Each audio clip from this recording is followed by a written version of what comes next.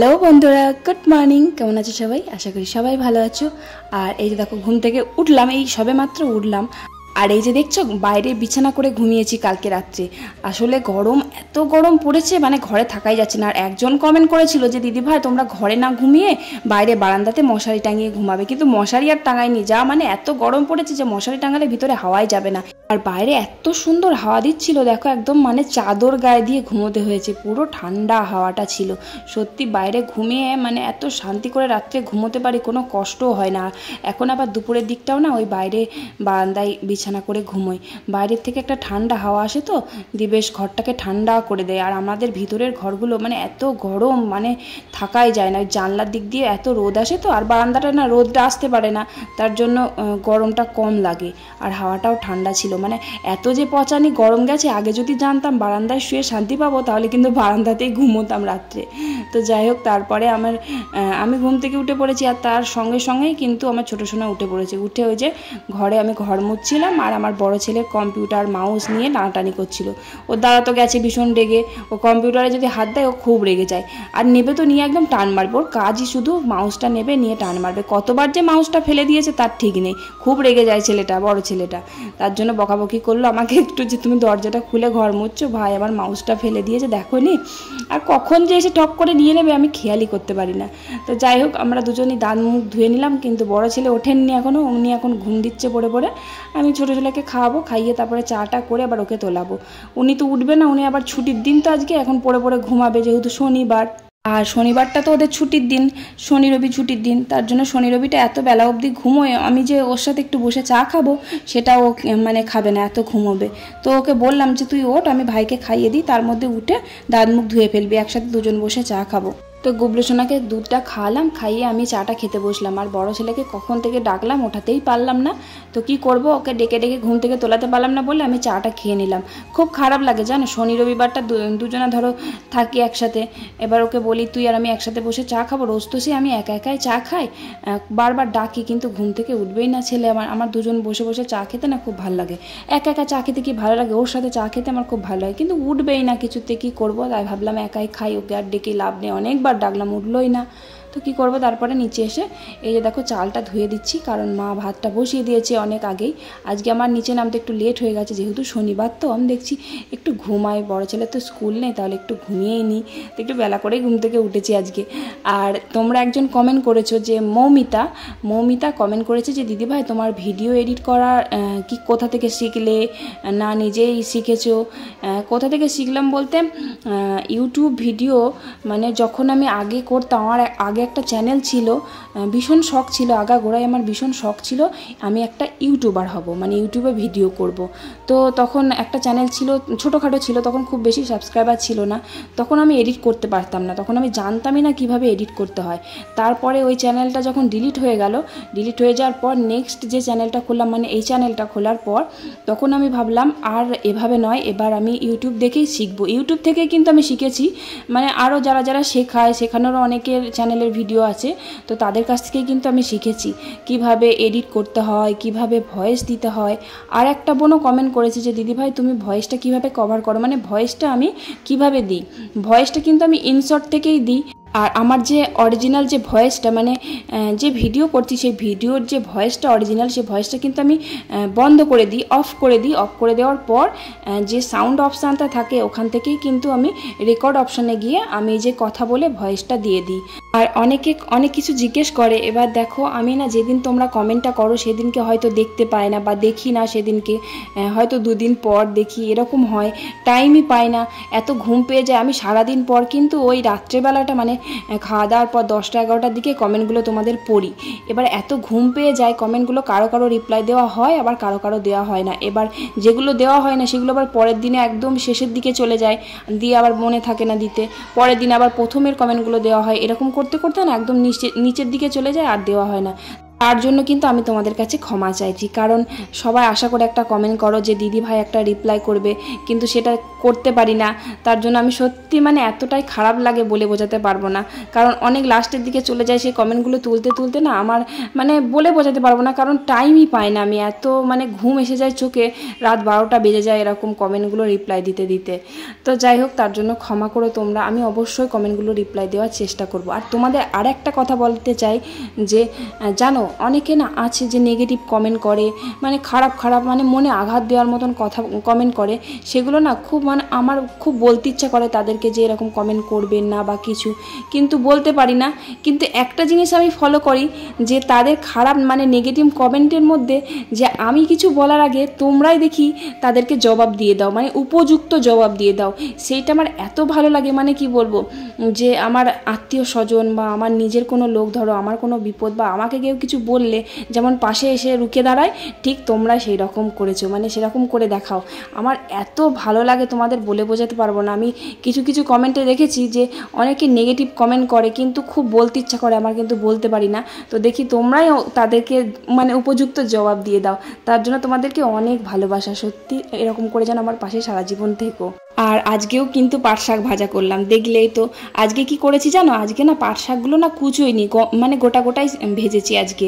আর ঝোলও করলাম, কারণ আমি পাট শাক ভাজা মানে সেদিনকে ঝোল করেছিল, আমি খেয়েছি, ভালো লাগেনি আমার খেতে, তার জন্য ভাজা করলাম। আর আজকে গোটা গোটা, এই গোটা গোটা পাট শাক ভাজা কিন্তু আমার মা করতো, মানে পাট শাকগুলো কোনোদিন কুচোতে দেখতাম না, এখানেই কুচোতে বলে, কিন্তু আমি ভাবলাম থাক, আজকে আমি তো খাবো একা, মায়ের মতনই করে দেখি। তো তার জন্য গোটা গোটাই ভাজলাম, ভালোই হয়েছে কিন্তু। আর পাট শাকের ঝোলও করলাম, আর দুটো জলখাবার খাওয়ার জন্য বড়া ভেজেছি, আর ওই যে আলু দিয়ে পটল দিয়ে বেশ মাখা মাখা করে একটা তরকারি করলাম। মা বলছিল যে আলু পটল তরকারি আর করতে হবে না, অনেকে খায় না, বাড়িতে সবাই খায় না, পছন্দ করে না আলু পটল তরকারিটা। আমার ইচ্ছে হলো জানো আজকে যে আলু পটল তরকারি করি আর মাছটা ঝাল করি, কারণ রোজই তো সেই মাছের ঝোল খেয়েই যাচ্ছি, মন চাইছে না, মানে এক একদিন না এক এক রকমের খেতে ইচ্ছা করে। আলু পটল তরকারিটা ভীষণ খেতে ইচ্ছা করলো, আর অনেক পটল আছে বেশ খাওয়ার মতো, তার জন্য আলু পটল তরকারিটা করলাম।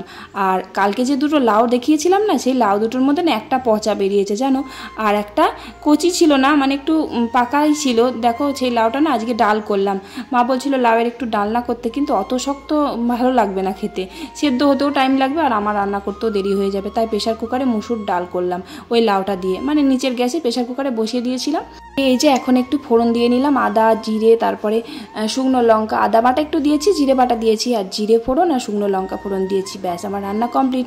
তাও আজকে কত রকমের রান্না করলাম বলো তো, পাট শাক ভাজা, পাট শাক ঝোল, আলু পটল তরকারি, বড়া ভাজা, তারপরে আর কি এই যে লাউ দিয়ে ডাল আর মাছের ঝাল, 6 রকমের পদ রান্না করলাম এই গরমেও। আলু পটল তরকারিটা আমার এক্সট্রা পাকামো করেছি, ওটা কিন্তু মা আমাকে করতে বানাই করেছিল। আজকে না হয় আমি আমার পছন্দের মতন একটা পদ এক্সট্রা বেশি করেছি, কিন্তু রোজ রোজ তো সবার পছন্দের মতনই পদ রান্না করি, তাই না বলো? একদিন না হয় আমার মতনই করলাম। তো যাই হোক, যার ভালো লাগবে সে খাবে, না হলে আমি খেয়ে নেব। তো যাই হোক, তারপরে গরমে অবস্থা দেখো আমার, একদম ঘেমে চান হয়ে গেছি। আর এই যে গুবলু সোনাকে নিয়ে এসেছি, চান টান করলাম, দিয়ে চান টান করিয়ে খাইয়ে দিলাম। আমার ছেলেটা এত মাছ খেতে ভালোবাসে, মাছ দেখলেই হলো হাম হাম হাম, ভাত কিছুতেই মুখে দেবে না, ওই মাছ মাছ মাছ করবে। আর এই যে দেখো কপালের টিপটা খুলে নিয়ে এক সাইডে পরিয়ে দিয়েছে, টিপের দিকে ওর এত নজর কি বলবো। আর চলো তোমাদের অনেকজনের কমেন্ট আজকে নিয়ে নিই। শিলিগুড়ি থেকে সুস্মিতা, আরও একজন সুস্মিতা, আর দিয়া, আর সোমা চ্যাটার্জি কমেন্ট করার জন্য থ্যাংক ইউ সো মাচ। আর তোমরা বলেছো দিদিভাই তোমার গলার ভয়েসটা খুব সুন্দর, তাই আমার গলার ভয়েসটা খুব সুন্দর, thank you so much, thank you so much. আর বাংলাদেশ থেকে তানিয়া সুলতানা কমেন্ট করার জন্য thank you so much. Bangladesh থেকে কিন্তু আমাকে অনেকে কমেন্ট করে, বাংলাদেশের সবাইকে অনেক অনেক ভালোবাসা আর অনেক অনেক ধন্যবাদ আমার ভিডিও দেখার জন্য। সোনাকে ভাত টাত খাইয়ে দিয়ে আমি জামা কাপড়গুলো কাচতে এলাম, অনেক জামা কাপড় জড়ো হয়েছে, কতদিন আগে যে কেচেছি তার ঠিক নেই, সেই 3-4 দিন হয়ে গেল মনে হয় কেচেছি। আর একদিন জামা কাপড় না কাচলে পরদিন রাজ্যের হয়ে যায়। আর প্রচণ্ড গরম পড়েছে না, তার জন্য না রোজ রোজ কাচ্ছি না, এত গরমে না কাচতে গিয়ে হাঁপ লেগে যাচ্ছে। আর আজকের ওয়েদারটা দেখেছো কেমন মেঘলা মেঘলা ভাব না, তার জন্য ভাবলাম ছাদে গিয়ে জামা কাপড়গুলো সব কেচেই আসি আজকে। আর এই যে দুপুর টাইমটা ছাড়া আমার সময়ই হয় না, সকালবেলা অত জামা কাপড় কাচতে গেলে হয় না, দেরি হয়ে যায়, ওই ছেলেটাকে খাওয়াতে হয়, ভাত বসাতে হয়, তার জন্য সকালের দিকটা কাচাকুচিটা করি না। তো এই বেলার দিকেই আমার সুবিধা হয়। আবার এদিকে অসুবিধাও হয়, এই যে কাস্তে কাস্তে এখন প্রায় 2টো মতন বাজে। ওই যে আমি রান্না বান্না সেরে ধরো ছেলেটাকে খাইয়ে দাইয়ে না কিছুটা ভিডিও কমপ্লিট করে রেখে দিই, মানে ভিডিও কিছুটা এডিট করে রেখে দিই। আবার ওই যে বিকেলের দিকটা আমি ভয়েসটা দিই, তো সেটা আর হলো না।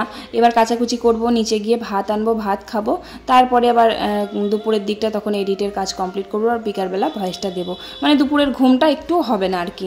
এমনিতেও ঘুমটা হয় না, ঘুম ভীষণ পায় দুপুরবেলা ভাত খাওয়ার পর না। বেশি বলে না বাঙালির ভাত ঘুম, মানে পেটে ভাত পড়ে গেলে একটা ঘুম পেয়ে যায় না, সেই ঘুমটা আমার পায়, কিন্তু ঘুমটা হয় না। ঘুমোতে গেলে মানে ওই যে এডিট করার কাজ হবে না, তার জন্য আর হয় না। আর আগের দিন রাত্রিবেলা যে ভয়েস দিয়ে রাখবো অসম্ভব, অনেক চেষ্টা করি আমি, মানে এই যে দুপুরবেলা আমি ভয়েস দিতে পারি বা বিকেলবেলা জানলা টানলাগুলো খুলে দিই, দিয়ে ভয়েসটা দিতে পারি।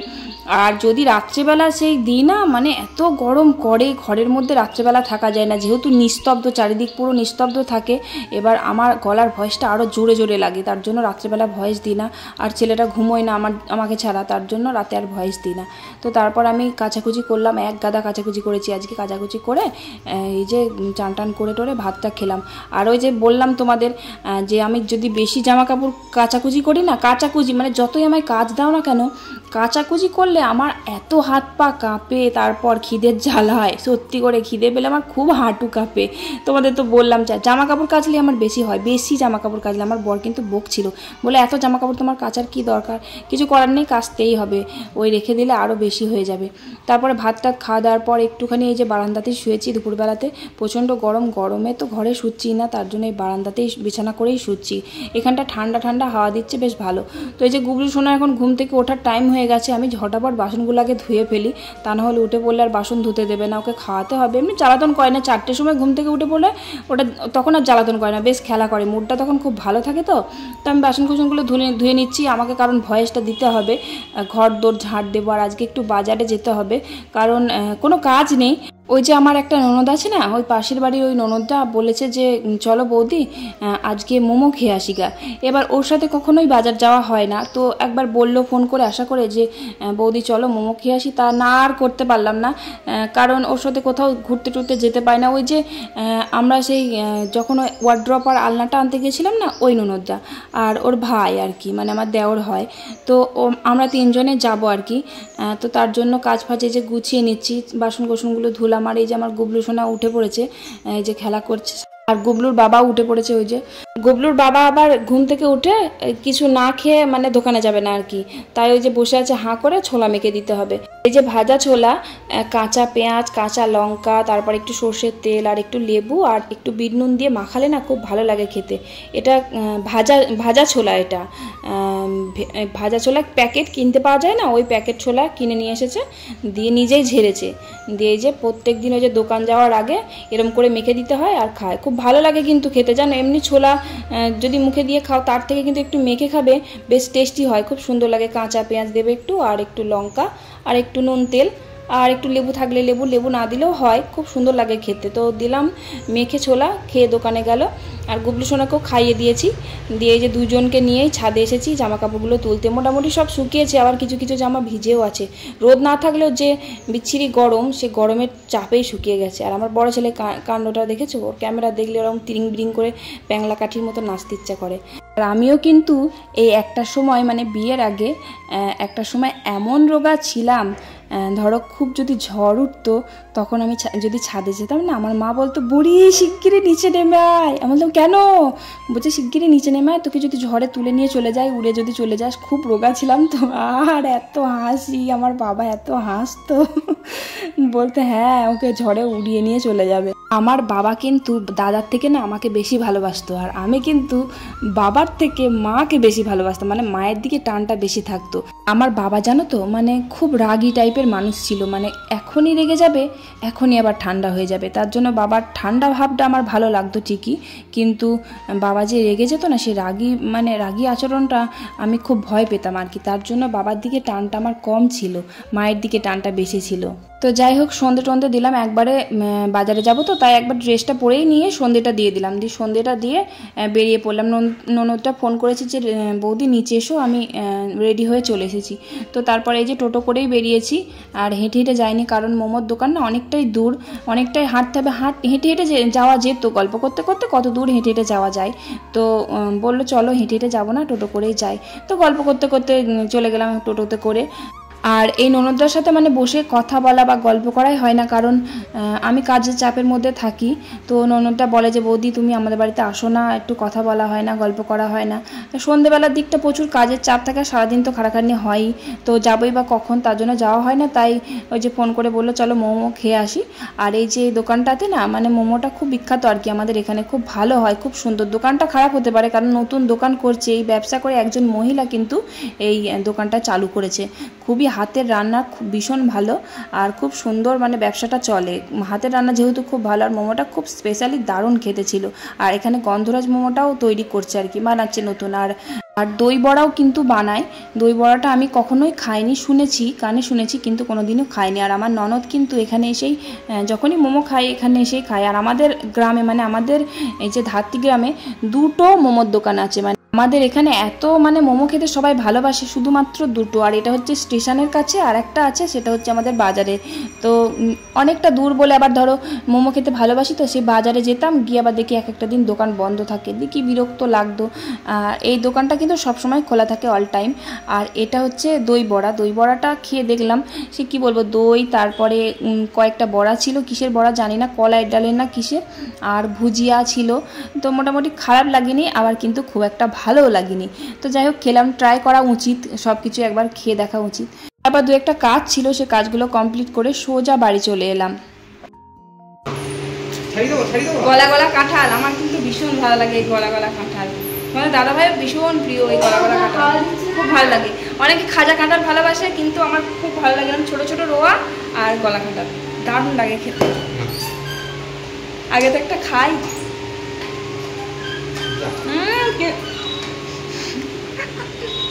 কি দারুণ খেতে, সত্যি ফাটাফাটি, অসাধারণ খেতে। কে দিয়েছে ওই লিচুটা? কালকে বলছিল। এই যে দেখো লিচু, এই বছরে লিচু এখনো পর্যন্ত খাইনি, এবার খাবো লিচু। কাঁঠালও এই বছর প্রথম খেলাম। আর লিচু, শোনো লিচু খাচ্ছ? তুমি লিচু খাচ্ছ? দেখাও দেখাও দেখাও, লিচুটা দেখাও, লিচুটা দেখাও। ও লিচু খাচ্ছ, তাই? এবার সবাইকে বলো টাটা করে দাও, সবাইকে টাটা করে দাও। সবাই সবাই সবাই টাটা, টাটা বলো। সবাই লাইক বলো, সবাই লাইক করে দিও, কমেন্ট করে দিও। এই ভালো ভালো ভালো, বলো কমেন্ট। Tata, bye bye. আমার ছেলে পালিয়ে যায়।